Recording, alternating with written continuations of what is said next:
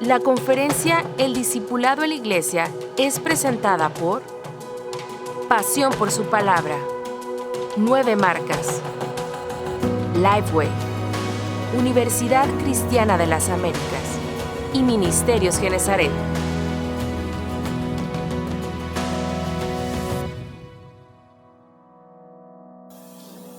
Doy gracias a Dios porque me permite compartir con ustedes este tiempo y quisiera decirles que aprecio mucho esta oportunidad y confío que el Señor nos hable. Es un tema que en lo personal Dios ha puesto carga en nuestro corazón y confiamos que Dios traiga su verdad a nuestras vidas y pueda, como decía Joel en la oración, desafiarnos con su verdad. Así que hoy quisiera pedirte que por favor me acompañes a Hechos capítulo 20 y no será una exposición, una predicación expositiva como tal, sino que tomaremos este tema del discipulado entre líderes y estaremos haciendo un recorrido por algunos pasajes que hablan de ciertos principios que deben regir el discipulado entre líderes. Pero quisiera leer desde el versículo 26 hasta el versículo 28 y tú puedes seguirme con tu vista. Hechos capítulo 20, versículos del 26 al 28. Por tanto, yo os protesto en el día de hoy que estoy limpio de la sangre de todos, porque no he rehuido anunciaros todo el consejo de Dios. Por tanto, mirad por vosotros y por todo el rebaño en el que el Espíritu Santo os ha puesto por obispos para apacentar la iglesia del Señor, la cual Él ganó por su propia sangre. Carl Thomas, un comentarista conservador y columnista de algunos diarios de Estados Unidos, escribió en un artículo del Christianity Today en abril del 94 lo siguiente: el problema de la sociedad no son los abortistas, sino la iglesia de Cristo que no conoce la Biblia, que es desobediente, indisciplinada y no discipula. Creo que esta declaración, termino la cita, y creo que esta declaración está cargada de realidad ya que la iglesia ha olvidado la tarea de Mateo 28, 19, haced discípulos. Y esto ha generado una superficialidad en la fe de muchos. Y peor aún, en muchos casos se ha ofrecido un evangelio mutilado. Por tanto, no podemos pasar por alto esta gran responsabilidad que nuestro Señor nos ha encomendado de hacer discípulos. John Stott añade su voz a esta cuestión del discipulado y dice lo siguiente, comienzo la cita: durante muchos años la escuela dominante ha sido la de potenciar el crecimiento numérico de las iglesias. Es un gozo, dice John Stott, ver las estadísticas, pero debemos decir que se trata de un crecimiento sin profundidad. La iglesia tiene 3,000 millas de anchura y 1 pulgada de profundidad. Termino la cita. Hermanos, por eso es tan apremiante que nosotros recordemos la gran responsabilidad de hacer discípulos. Pero ruego a Dios que Él nos guíe a la luz de su palabra a ver un panorama bíblico del discipulado que va más allá, mucho más allá de nuestros paradigmas tradicionales. ¿Qué es el discipulado? ¿Qué es el discipulado? Y déjame decirte algo que no es el discipulado.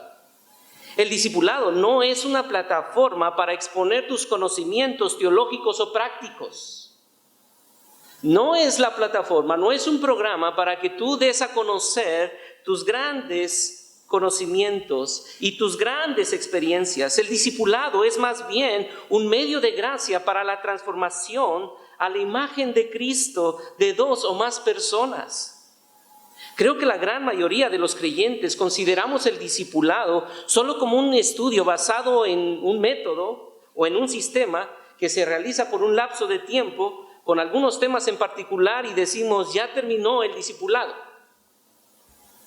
Pero va más allá que eso. No estamos diciendo que eso no es parte del discipulado, pero es mucho más que eso. Cuando consideramos la vida de la iglesia, debemos considerarla como un hábitat de discipulado, donde todos y cada uno de los que están allí en esa comunidad necesitan ser discipulados sin importar sus dones o conocimientos. Todos los que pertenecen a la iglesia, pastores como pastoreados, necesitan ser discipulados. Y es entonces que consideramos que el discipulado no es una práctica periférica de la iglesia, sino más bien es la vida de la iglesia. El discipulado no es un programa perimetral, es lo medular de la iglesia. Y quiero pedirte que partamos reconociendo que todos somos parte de la iglesia. Todos. Y eso nos lleva a estar en una necesidad de una continua relación de discipulado. Necesitamos relaciones discipulares, sin importar tu función en la iglesia. Todos requerimos esa vida discipular. Y la razón de esto es porque Dios le ha placido, hermano, a Dios le ha placido perfeccionar su obra en tu vida a través de relaciones discipulares. No hay otro medio. Tú no puedes estar en el aislamiento y ser conformado a la imagen de Cristo. Tú necesitas de otros que te discipulen y tú discipules para ser cada día más como Cristo. Y es en esas relaciones que Cristo será formado en nosotros por medio del Espíritu Santo y su palabra, pero en un contexto de discipulado. Pero déjame hacerte una pregunta. ¿Acaso son los miembros de la iglesia los únicos que necesitan esas relaciones? ¿Acaso nos hemos olvidado de que cada pastor, anciano, líder, diácono, lucha con el mismo corazón caído? O sea, tú no tienes un corazón diferente a los miembros de la iglesia, tú tienes el mismo corazón caído.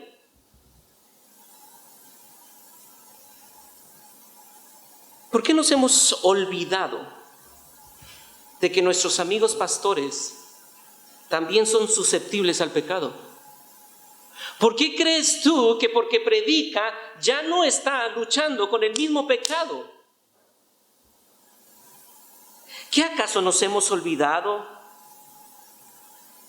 de que Abraham mintió? ¿De que David adulteró y asesinó? ¿Qué acaso nos hemos olvidado de que Pedro negó a su maestro? ¿Que Pablo luchó con el orgullo? ¿Por qué? ¿Por qué hemos construido la imagen de superhombres que no necesitan relaciones honestas, cercanas, para confrontarse con su pecado? Mis queridos hermanos, hoy necesitamos reconocer la importancia de la vida discipular en el seno del liderazgo.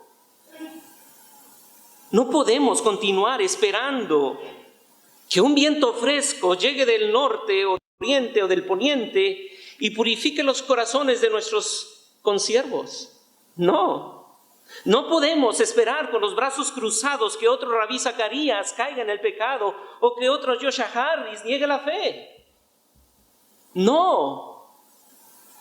Es de suma importancia que hoy reconozcamos a la luz de la palabra que los líderes luchamos con el pecado, pero por esa razón debemos discipularnos mediante el poder del Evangelio. Y quisiera que esa premisa fuera clara y te la llevaras en tu mente y la recordaras. Los líderes luchamos con el pecado.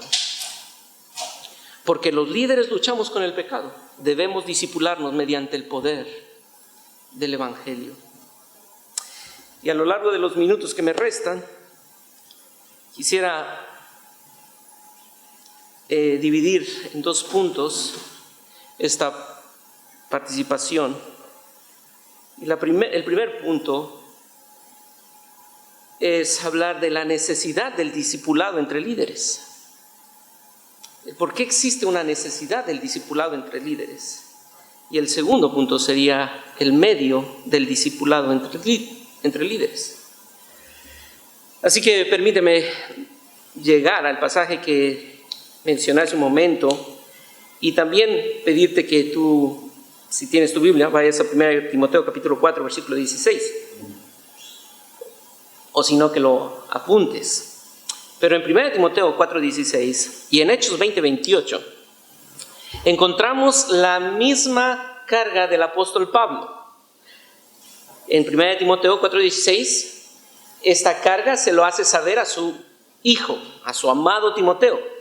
Y en Hechos capítulo 20, versículo 28, lo encontramos diciéndolo a estos pastores de Éfeso, a donde precisamente iba a enviar a Timoteo. Pero a ambos les dice, a Timoteo le dice, ten cuidado de ti mismo. Y a los pastores les dice, tened cuidado de vosotros. Tened cuidado de vosotros. Y creo que esto es precisamente un llamado para que nosotros podamos entender que luchamos con el pecado. Que estos hombres luchan con el pecado. Que su mayor enemigo no es el abandono y la traición. No es la sociedad pecaminosa y corrupta. No es un sistema gubernamental. Es su propio corazón caído.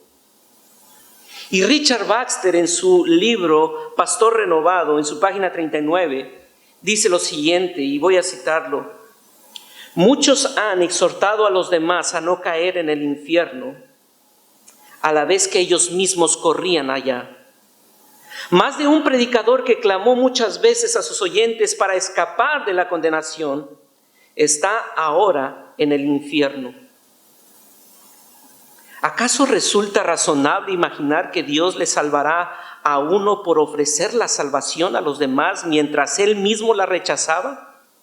¿O por contar aquellas verdades a los demás que Él mismo dejó de lado o de las cuales abusaba? Dios nunca salvó a nadie por ser predicador, por muy capacitado, sino por ser justificado, santificado y por consiguiente fiel en la obra de su maestro. Por tanto, dice Richard Baxter, examina primero tu propia vida y asegúrate de que eres lo que incitas a tus oyentes a hacer y crees lo que los persuades a creer y acoges bien al Salvador que ofreces a los demás. Fin de la cita. Examina tu propia vida. Examina tu propia vida. Ningún consejo de pastores debería ser ingenuo a esa realidad. Ningún pastor pudiera pasar de soslayo esta realidad de su corazón caído. Continuamente, hermanos, debemos seguir haciendo nuestra labor, pero manteniendo la mentalidad de que estamos en una guerra, no en un tiempo de paz. Debemos mantenernos alerta y ser realistas, conscientes de la batalla que enfrentamos día a día. Cada día tú sabes la lucha que enfrentas contigo mismo. Tú sabes lo difícil que es mantenerte en pureza cuando te llegan esos mensajes o cuando estoqueas en una red social. Tú sabes eso. Y mi intención, mi querido pastor, consiervo, no es ser pesimista ni pintar un cuadro caótico, no, ni producir paranoia en ustedes.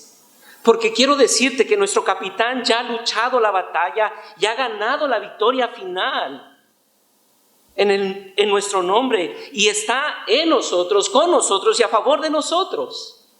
Él ya ganó esa batalla, pero no debemos olvidar el entorno en el que hacemos nuestro trabajo, que es una lucha continua. Y por eso es necesario el discipulado entre líderes. Somos susceptibles al pecado. No hay un hombre aquí Y voy a usar esta expresión absoluta, categórica, pero es real. No hay un solo hombre aquí que no esté luchando con el pecado. Todos y cada uno, si somos salvos y hemos sido redimidos por la sangre de Cristo, luchamos con el pecado. No solo somos pastores edificando la iglesia del Señor y perfeccionando la obra en los santos, también ustedes y yo somos ovejas bajo ataque. Nuestro adversario está acechando continuamente. Somos soldados rasos, no solo capitanes. Somos soldados rasos en la batalla de la fe, en la que muchas veces vamos a tropezar. Y en algunas ocasiones, algunos vamos a ver que abandonan la fe. Y voy a dar algunas citas para que tú las apuntes, pero quisiera ir a 3 que hablan de esta realidad. Y Pablo escribe esta realidad.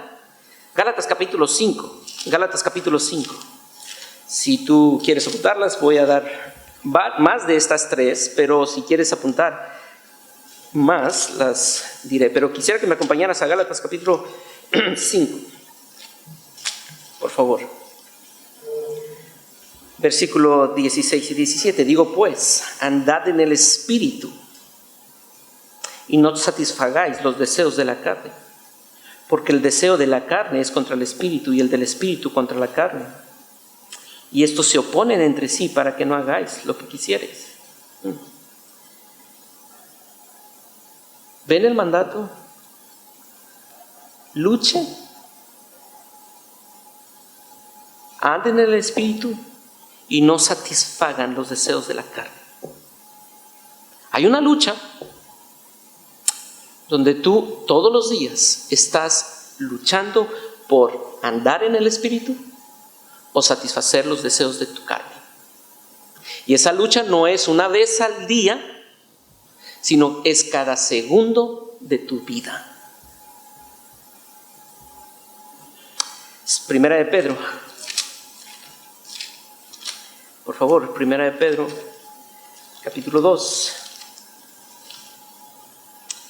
versículo 11 y 12. Amados, yo os ruego como extranjeros y peregrinos que os abstengáis de los deseos carnales que batallan contra el alma. Batallan contra el alma, manteniendo buena vuestra manera de vivir entre los gentiles, para que en lo que murmuran de vosotros como malhechores glorifiquen a Dios en el día de la visitación al considerar vuestras buenas obras. Y Romanos capítulo 7, versículo 23 y 24, Pablo dice: tengo una ley en mis miembros que se rebela contra la ley del Espíritu. Miserable de mí, ¿quién me librará de este cuerpo de muerte? Hebreos capítulo 12, versículo 4, Primera de Pedro capítulo 4, versículo 12 y 13, Efesios 6, 13 al 15, Efesios 6, 18, Hebreos 3, 13, Primera de Corintios 16, 13, Primera de Pedro 5, 8, hablan de esta batalla continua.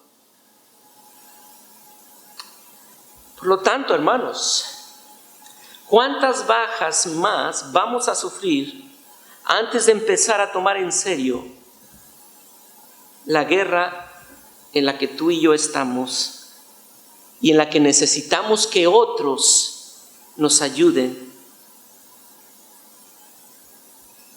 ¿Cuántos más? Como líderes que Dios ha puesto en su iglesia, no solamente necesitamos planear estratégicamente la evangelización y la plantación de las iglesias, al mismo tiempo debemos hacer estrategias juntos para enfrentar esta batalla ineludible, porque se desatará esa batalla mientras nosotros estemos ejerciendo el llamado que Dios nos ha dado. Pero tenemos que planear y presentarnos como obreros y juntos luchar contra nuestro propio pecado. Por eso quiero animarte, que tengas en mente y lo platiques con tus pastores y líderes de tu iglesia, y reconozcan que debemos de tener cuidado. Y quisiera pedirte que tengas cuidado con 2 áreas específicamente. Hay más áreas, hay más, pero quisiera que tú pensaras en estas 2 áreas específicas.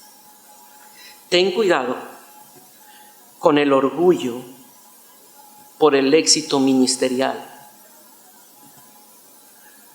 Los pastores luchamos con el orgullo. Yo lucho con el orgullo. Sí. Cuando estamos compitiendo, nos ponemos en peligro. Nuestra visión y nuestra mirada se nubla cuando comenzamos a compararnos con otros que parecen más exitosos y competimos. Hermanos, tengamos cuidado con el orgullo en el ministerio. Pero una segunda área en la que tú y yo debemos de tener cuidado es: tengamos cuidado con la falta de apertura al cuidado pastoral. Tengamos cuidado con la falta de apertura al cuidado pastoral. Recuerdo mucho una ilustración de Giancarlo, y no le pedí permiso, pero espero no se enoje. En la iglesia de Capitol Hill llega él y se acerca con un pastor y le dice: pastor, mira, yo te quiero pedir que tú tengas toda la confianza para acercarte a mí y me puedas reprender, y te doy la libertad para que tú puedas entrar a mi vida. Y el pastor le dice: Giancarlo, yo no ocupo tu autorización. Yo me voy a meter a tu vida porque soy parte de tu vida. Eres parte de esta iglesia, de esta comunidad. Y hermano, eso suena bien cuando un miembro lo dice. Pero ¿qué hay de ti? ¿Quién se mete a tu vida? ¿Quién te puede decir a ti: la forma en que estás tratando a tu esposa no es la bíblica, no es la piadosa, no estás siendo amoroso con tus hijos, no estás siendo paciente con tus hijos? Y Hebreos 3:13 nos dice: hermanos, cuídense de que el engaño del pecado no endurezca tu corazón. Por lo tanto, exhórtense mutuamente cada día. No de vez en cuando, sino cada día. Deja que otros se metan a tu vida y puedan ayudarte. Los pastores o líderes que olvidamos que no solo somos predicadores, sino también ovejas expuestas, que necesitamos el cuidado de otros. Cuando olvidamos eso, nos volvemos vulnerables.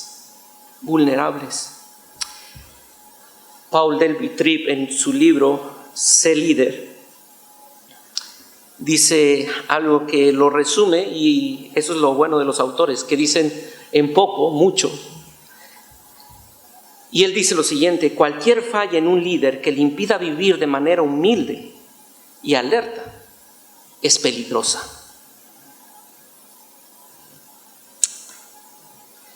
Pero mi querido hermano, glorias sean dadas a Dios por Jesucristo, que nos ha dado todo en el Evangelio para ser santificados y perfeccionados. No quisiera que tú quedaras aquí diciendo: sí, yo soy culpable, no he abierto mi corazón, sino que veas el Evangelio y te des cuenta que el Evangelio, y llego al segundo punto, es el medio del discipulado. El medio del discipulado entre líderes es el Evangelio de la gracia. Es el Evangelio de la gracia. Cuando tú y yo vamos a Mateo capítulo 28 y vamos al verso 18, vemos que el maestro envía a sus discípulos a hacer discípulos. Y ustedes recordarán esa gran comisión que les da el Señor Jesucristo. Pero les dice: toda potestad me es dada en el cielo y en la tierra. Por tanto, id y haced discípulos. Toda potestad me es dada en el cielo y en la tierra. El Señor Jesucristo nos está mostrando y le está mostrando a sus discípulos que Él es quien abarca todo. Él tiene autoridad sobre todo. Él tiene completa autoridad. Él está en todo. Por lo tanto, no podemos escapar de su presencia. Todo donde vayan ustedes, a donde quiera que vayan, allí estoy con ustedes, porque toda potestad me es dada en el cielo y en la tierra. Yo estoy abarcando absolutamente todo, y donde ustedes están, allí estoy yo. Pero cabe mencionar que los que están recibiendo este llamado son hombres pecadores como tú y como yo, que luchaban con los mismos pecados y los mismos impulsos que tú y yo tenemos. Y a ellos les dice: yo estoy con ustedes porque yo lo abarco todo. Por lo tanto, no puedes escapar de su presencia, pero tampoco puedes escapar de sus promesas. Es por esto que no debemos de tener miedo de examinar nuestras debilidades, porque Él lo conoce todo y Él está en todo. Y yo puedo examinar mis debilidades y alguien más puede venir y examinar mis fracasos y saber que a pesar de eso, Él ha decidido llamarme hijo y ha decidido usarme para la gloria de su nombre. Y nada de lo que yo estoy enfrentando y nada de lo que estoy sintiendo es desconocido para Él. Y en eso puedo descansar. Que hermano, Él te conoce.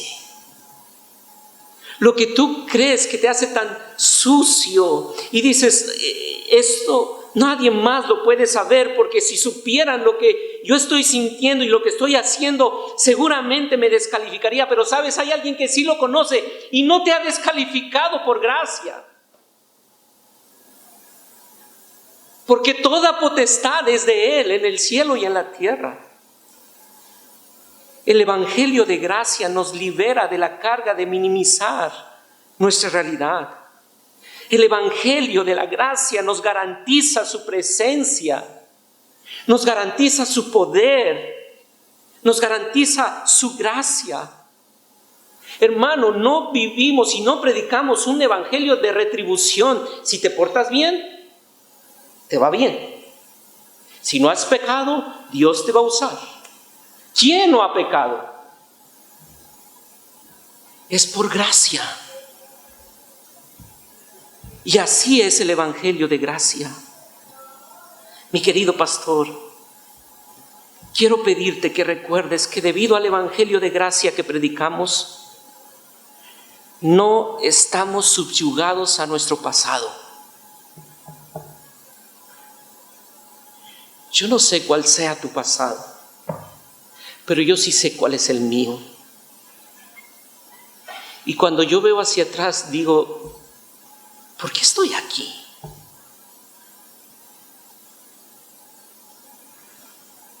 Pero el evangelio de gracia me recuerda que no está basado en mi pasado. No estamos abandonados a nuestros recursos limitados. No. Él es nuestro mejor regalo.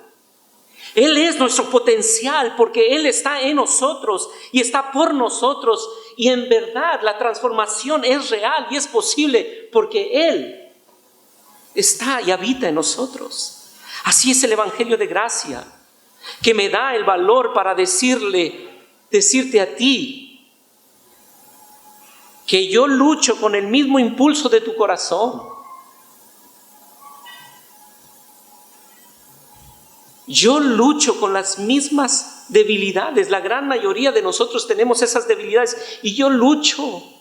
Pero el evangelio de la gracia nos dice: eres libre para no sentirte culpable por eso, sino para reconocer tu debilidad. Pero al mismo tiempo ese evangelio es el que me da la esperanza de saber que por su obra soy libre del poder y de la culpa, y espero con ansias la redención final de mi Señor.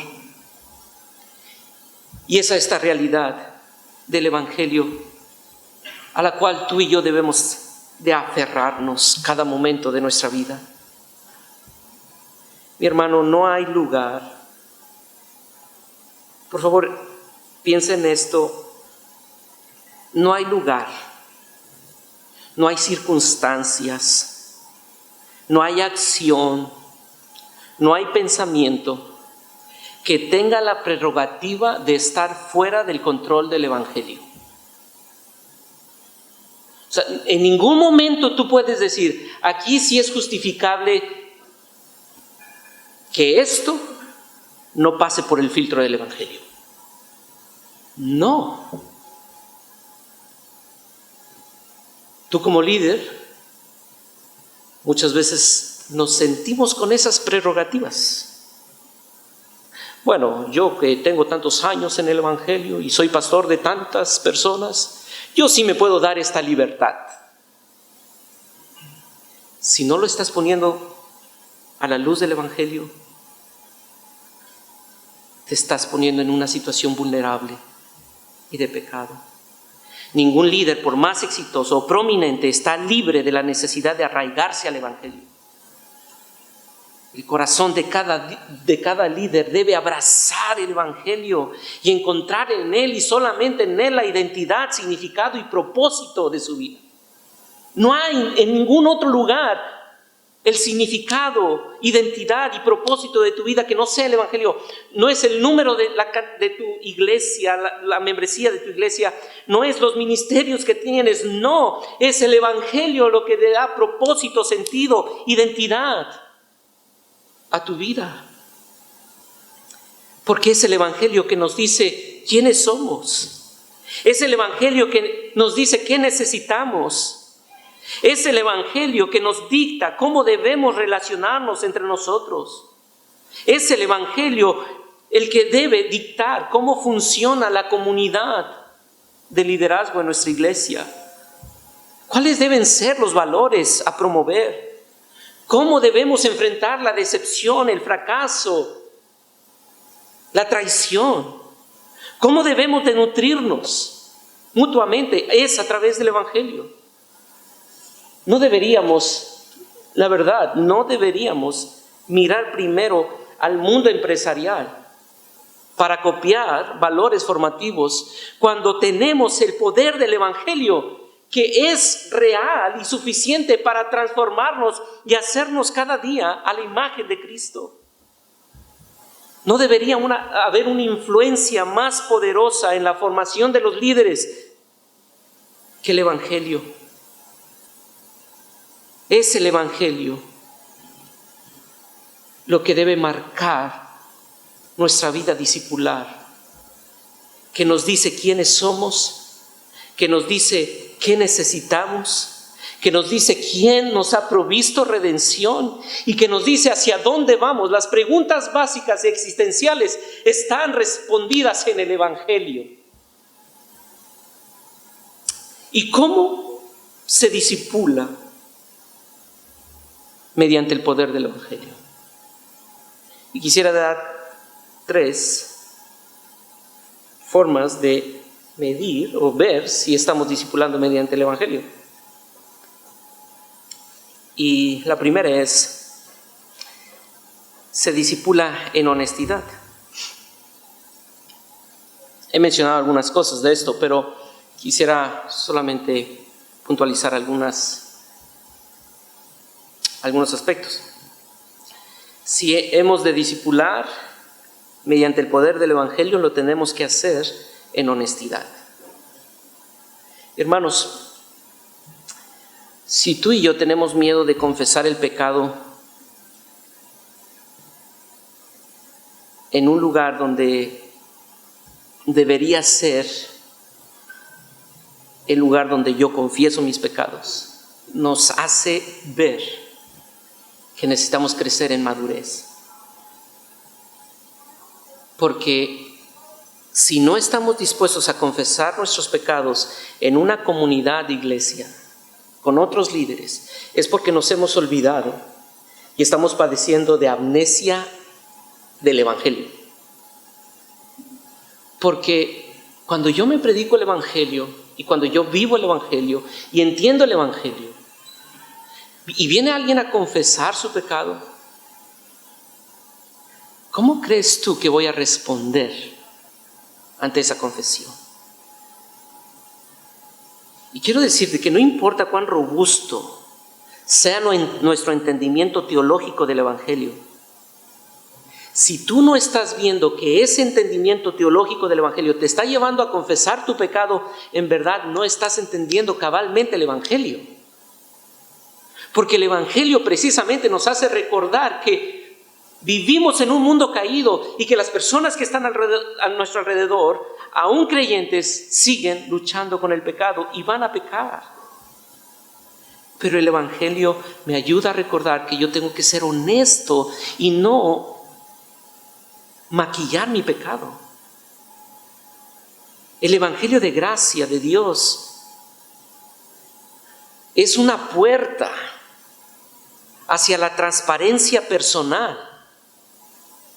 Sabemos que no se puede conocer o exponer nada sobre nosotros que no haya sido perdonado ya. Hermano, ¿qué te puede avergonzar si ya todo ha sido perdonado? En esa cruz fue clavada el acta de los decretos que estaba contraria a ti y se dijo, tetelestai, consumado es.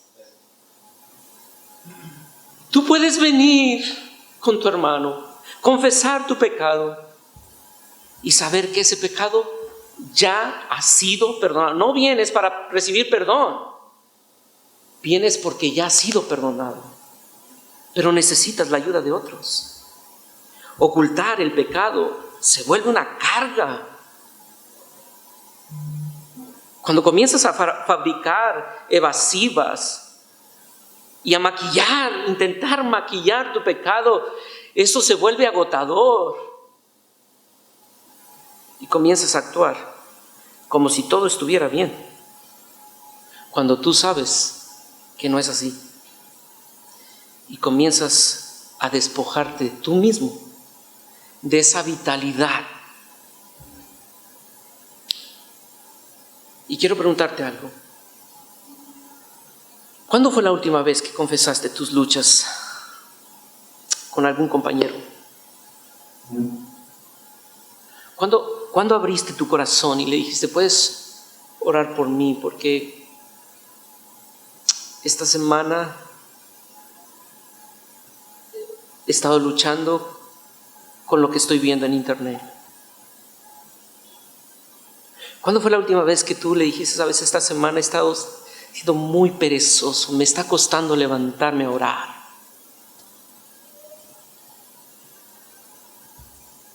¿Cómo verías a alguien que viene y te confiesa su lucha? ¿Qué le dirías? Miserable pecador, ve y arrepiéntete. Una pregunta. ¿Los miembros de tu iglesia o los miembros de tu comunidad, de tu liderazgo, tienen temor a ser honestos contigo?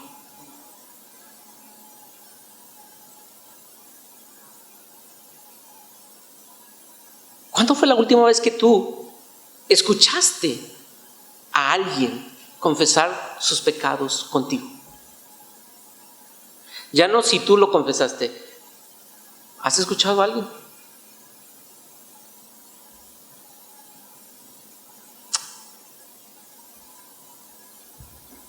¿Cómo se discipula mediante el poder del Evangelio? Con honestidad. Número 2, con humildad. Pablo le escribe a los Corintios en el capítulo 1, versículo 8 al 11, y en el capítulo 12, versículo 7. Y en ambos escenarios, Pablo confiesa su pecado. En la primera parte, en el capítulo 1, versículo del 8 al 11, confiesa su pecado del temor. Y dijo, estuvimos y temimos de que perecíamos cuando estaban a punto de naufragar. Y en el capítulo 12, versículo 7, dice que para que la grandeza de las revelaciones no le exaltase desmedidamente, le fue dado un aguijón en su carne. En ambas narraciones nosotros vemos que Pablo está confesando, primero, el temor, segundo, su orgullo. Y Pablo nos dice aquí entonces que él lucha con el pecado, y eso es una revelación de la humildad. La humildad es un fruto de un corazón gobernado por el Evangelio, porque el Evangelio nos humilla. El Evangelio nos humilla porque requiere que confesemos que los mayores peligros de nuestra vida vive dentro de nosotros y no fuera de nosotros. El Evangelio nos llama a correr a Dios para ser rescatados por nuestros problemas que nosotros mismos somos. El Evangelio nos dice que no importa cuánto tiempo hayamos conocido al Señor y cuán exitoso sea nuestro ministerio, que no hay nada de pecaminoso en eso. Pero el Evangelio nos dice que tú y yo necesitamos su gracia, esa gracia abundante, tanto como el primer momento en que creímos en el Evangelio. No importa qué tan próspera sea el ministerio que Dios te haya dado, necesitas la misma gracia como ese primer día. Y es que el Evangelio nunca trabajará y producirá en nosotros independencia. Jamás. Si tú estás creciendo en el Evangelio, jamás estarás creciendo en independencia, sino en todo lo contrario. Te harás dependiente. No te sentirás autosuficiente, sino que tú voluntariamente dependerás de Dios y de la comunidad de gracia que Él ha puesto alrededor de ti. Y eso te hace humilde, te hace reconocer que tú no lo sabes todo, que necesitas de otros, que tú estás continuamente, tienes una visión sesgada y que necesitas que otros te ayuden a ver lo que tú no estás viendo. Así que el discipulado mediante el poder del Evangelio se vive en honestidad, en humildad y por último, para ir concluyendo, en disciplina. En disciplina. Me llama la atención cómo Pablo escribe, y hemos hablado de Pablo como un modelo del discipulador. Y es interesante ver que Pablo, mientras está escribiendo y está marcando pautas y enseñando, continuamente confiesa su debilidad. Y en el capítulo 9 del 1 Corintios, versículo 20, habla cómo él pone su cuerpo en servidumbre. Y él entiende que no puede ser regido por los deseos y esos impulsos de su propio corazón. Y nos muestra que la disciplina en cada área de nuestra vida no es algo adicional a nuestro llamado, sino que es parte significativa de nuestro llamado. Hermanos, creo que muchos de nosotros, y yo soy uno de los primeros en levantar la mano para decir cuán indisciplinados somos. Y no es justificación, pero nuestra cultura latinoamericana es indisciplinada. Pero si hemos de discipular con el Evangelio, tenemos que hacerlo con honestidad, con humildad y con disciplina. Someter nuestro cuerpo no comienza con una dieta, sino con la búsqueda y la confesión de ídolos que han sustituido nuestra disciplina por amor al Señor. Es mi amor por mi Salvador. Es el amor por el Evangelio lo que debe catalizar mi vida de disciplina. Es mi amor por el Evangelio lo que me hace levantarme temprano y hacer algo, lo reconozco, hacer algo de ejercicio. Debo levantarme temprano y decirle: Luis, no te quedes media hora acostado, levántate y haz algo de ejercicio, porque necesitas honrar al Señor aún con esa disciplina.